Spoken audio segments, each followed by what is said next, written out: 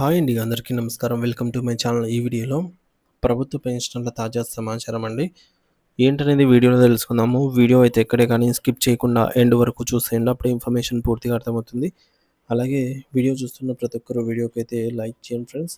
ఈ వీడియోని తోటి ఉద్యోగ పెన్షన్ మిత్రులతో అయితే షేర్ చేయండి. కొత్తగా మన ఛానల్ చూస్తున్న వారు ఇంకా ఎవరైనా సబ్స్క్రైబ్ చేసుకోకపోతే వెంటనే మన ఛానల్ అయితే సబ్స్క్రైబ్ చేసుకోండి. సబ్స్క్రైబ్ చేసుకోవడం వల్ల నేను చేసే ప్రతి ఒక్క వీడియో మీ వరకు రీచ్ అవుతుంది. ఇక ఆలస్యం చేయకుండా వివరాల్లోకైతే వెళ్ళిపోదాము. ఫ్రెండ్స్, ఇక విషయానికి వచ్చినట్లయితే ఢిల్లీ హైకోర్టు గత సుదీర్ఘకాలంగా అత్యంత ఉత్కంఠభరితంగా సాగుతున్నటువంటి బీఎస్ఎన్ఎల్ పెన్షన్ రివిజన్ కేసులో ఇప్పుడు అత్యంత కీలకమైన మరియు చారిత్రాత్మకమైన పరిణామం అయితే చోటు చేసుకుంది. గతంలో డిపార్ట్మెంట్ ఆఫ్ టెలికాంలో పనిచేస్తూ ఆ తర్వాత బీఎస్ఎన్ఎల్ సంస్థలోకి విలీనమై ప్రస్తుత కేంద్ర ప్రభుత్వం నుండి పెన్షన్ పొందుతున్నటువంటి వేలాది మంది విశ్రాంత ఉద్యోగుల భవిష్యత్తుతో ముడిపడి ఉన్నటువంటి కేసు ఇది. ఈ వివాదానికి సంబంధించి తుది వాదనలు తాజాగా కోర్టులో అయితే ముగిశాయి. ఇరు పక్షాల వాదనలు విన్నటువంటి గౌరవ న్యాయమూర్తి ఈ యొక్క కేసుపై తీర్పును రిజర్వ్ చేస్తున్నట్టుగా అధికారికంగా ప్రకటించారు. అంటే కోర్టులో వాదనల ప్రక్రియ అంతా కూడా ముగిసిందని, న్యాయమూర్తి తన తుది నిర్ణయాన్ని క్షుణ్ణంగా ఆలోచించి త్వరలోనే వెల్లడిస్తానని దీని అర్థమనమాట. అయితే తీర్పు వెలువరించే ముందు న్యాయమూర్తి ఒక ఆసక్తికరమైన ఆదేశాన్ని అయితే జారీ చేశారు. ఏంటంటే ఇరు పక్షాల న్యాయవాదులకు తమ వాదనను చివరిసారిగా క్లుప్తంగా రాతపూర్వకంగా సమర్పించడానికి ఒక ఆఖరి అవకాశాన్ని కల్పించారు. ఈ రాతపూర్వక నోట్ అనేది కేవలం 5 పేజీలకు మించకూడదని, వారం రోజుల్లో గడువులోనే దీనిని కోర్టుకు సబ్మిట్ చేయాలని చెప్పేసి స్పష్టం చేశారు. ఈ ఆదేశాల మేరకు బీఎస్ఎన్ఎల్ పెన్షనర్స్ అసోసియేషన్ తరపు న్యాయవాదులు మరియు డీఓటీ తరపున కౌన్సిల్ తమ చివరి వాదనల కాపీలను కోర్టు ముందు సమర్పించారు. ప్రస్తుతం ఈ యొక్క 5 పేజీల నోటు సోషల్ మీడియాలో, ముఖ్యంగా పెన్షనర్ల వాట్సాప్ గ్రూపుల్లో విపరీతంగా చక్కర్లు కొడుతోంది. వాస్తవానికి పిటిషన్ వేసిన ప్రారంభ దశలోనే అసలు దీనిని విచారణకు స్వీకరించాలా వద్దా అనే చర్చ కూడా జరిగింది. ప్రభుత్వం ఈ కేసును సాంకేతిక కారణాలతో త్రోసిపుచ్చాలని ప్రయత్నించినప్పటికీ న్యాయస్థానం మాత్రం పెన్షనర్ల ఆవేదనను గుర్తించి ఇరు వర్గాల వాదనను ఎంతో ఓపికగా విన్నది. ముఖ్యంగా మే 30వ తేదీ లోపల తమ రిటర్న్స్ ఆర్గ్యుమెంట్స్‌ను ఇవ్వాలని చెప్పేసి కోర్టు చెప్పిన నేపథ్యంలో ప్రభుత్వం తరపున డీఓటీ తన వాదనను చాలా బలంగా అయితే మరియు కఠినంగా వినిపించింది. సో, ఇందులో వారు ప్రధానంగా ప్రస్తావించిన అంశం ఏమిటంటే బీఎస్ఎన్ఎల్ సంస్థలో ఇప్పటివరకు మూడవ వేతన సవరణ థర్డ్ పీఆర్సీ ఇంకా అమలు కాలేదు. ప్రభుత్వ నిబంధనల ప్రకారంగా ఒక ఉద్యోగి పదవీ విరమణ చేసే సమయంలో పొందినటువంటి చివరి నెల జీతంలో 50% మొత్తాన్ని పెన్షన్‌గా అయితే నిర్ణయిస్తారు. మరి విధుల్లో ఉన్నటువంటి ఉద్యోగులకే జీతాల సవరణ జరగనప్పుడు వారికంటే ముందు పెన్షనర్లకు పెన్షన్ సవరణ చేయడం అనేది చట్టరీత్యా సాధ్యం కాదని డీఓటీ న్యాయవాది కోర్టుకైతే విన్నవించారు. అంటే పునాది అయినటువంటి జీతం మారనప్పుడు దానిపై ఆధారపడినటువంటి పెన్షన్ ఎలా మారుతుందనేది వారి ప్రధాన ప్రశ్న. అంతటితో ఆగకుండా డీఓటీ న్యాయవాది ఒక ఆశ్చర్యకరమైన, వివాదాస్పదమైన పోలికను కూడా కోర్టు ముందు ఉంచారు.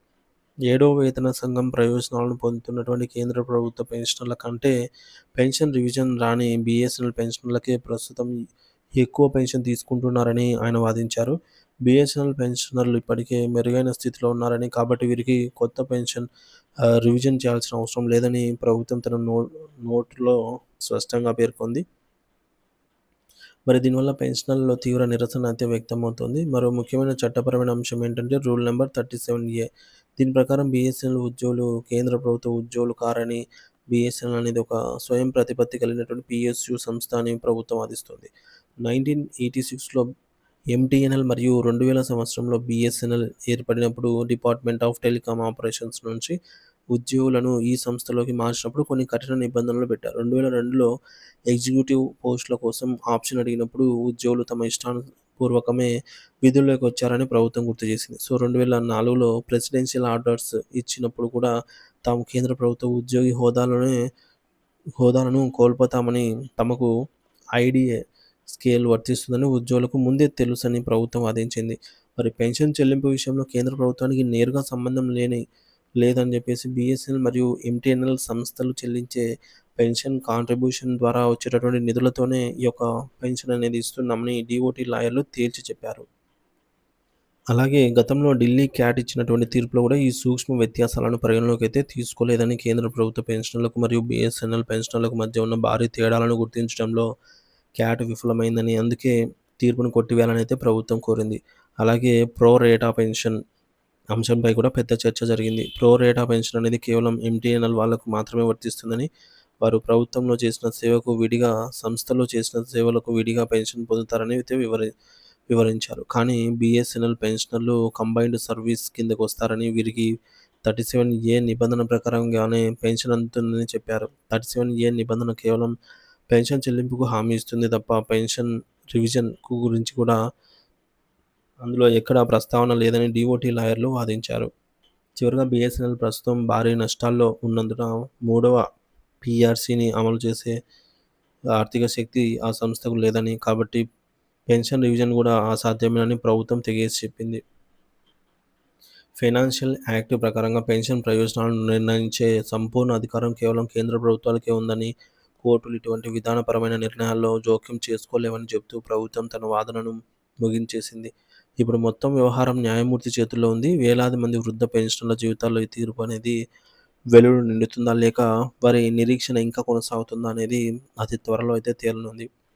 సో దీనిపై మీ అభిప్రాయాన్ని అయితే కామెంట్ ద్వారా తెలియజేయండి friends. Thank you for watching this video.